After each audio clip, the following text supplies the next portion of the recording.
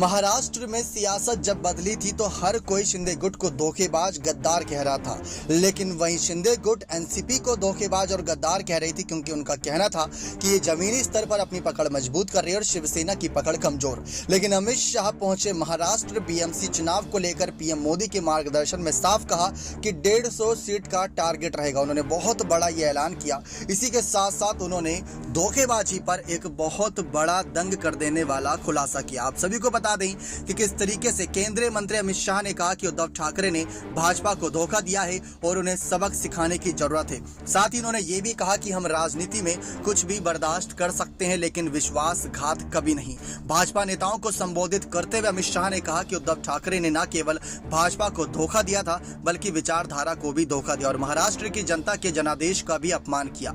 Media से बातचीत के दौरान अमित शाह ने साफ कहा कि उद्धव ठाकरे को सत्ता का लालच है। इसके अलावा केंद्रीय मंत्री अमित शाह ने कहा कि हम बंद कमरे में नहीं, सीना ठोक कर राजनीति करने वाले लोग हैं। उन्होंने 150 सीट जीतने का दावा किया है बीएमसी चुनाव में। साथ ही साथ सूत्रों के मुताबिक बैठक में अमित शाह ने कहा कि उन्होंने उद्धव ठाकरे को सीएम पद का वायदा नहीं किया था और साथ ही उन्होंने ये भी कहा कि बीएमसी चुनाव में भाजपा की जीत पक्की है। जो हालात इन दिनों बने हैं, शिंदे के घर गणेश उत्सव में भी शामिल हुए और साथ ही साथ एकनाथ शिंदे के अभी तक कामकाज से खुश भी नजर आए। डिप्टी सीएम देवेंद्र फडणवीस के उनके साथ पूरे समय मौजूद रहे। लेकिन धोखेबाजी के इस खेल को लेकर अमित शाह पर, जहां पर अभी तक उद्धव ठाकरे, शरद पवार, अजीत पवार, सुप्रिया सुले और आदित्य ठाकरे हमला कर रहे थे, वहीं अमित शाह ने खुद इस बात की बड़ी कह सकते हैं सफाई दी है कि उन्होंने कोई वादा नहीं किया था सीएम पद देने का। और सबसे बड़ी धोखेबाजी उद्धव ठाकरे ने साल 2019 में की थी और धोखा बर्दाश्त नहीं कर सकते, बाकी हर चीज उन्हें राजनीति में बर्दाश्त है।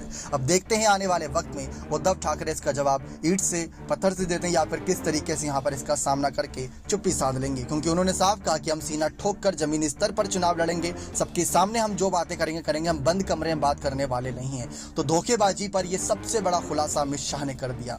शिंदे को धोखेबाज गद्दार कहा गया, उनके बगावती खेमे को कहा गया, लेकिन यहाँ पर उल्टा ही दावा पड़ गया उद्धव ठाकरे पर। नेक्स्ट 9 न्यूज रूम की रिपोर्ट।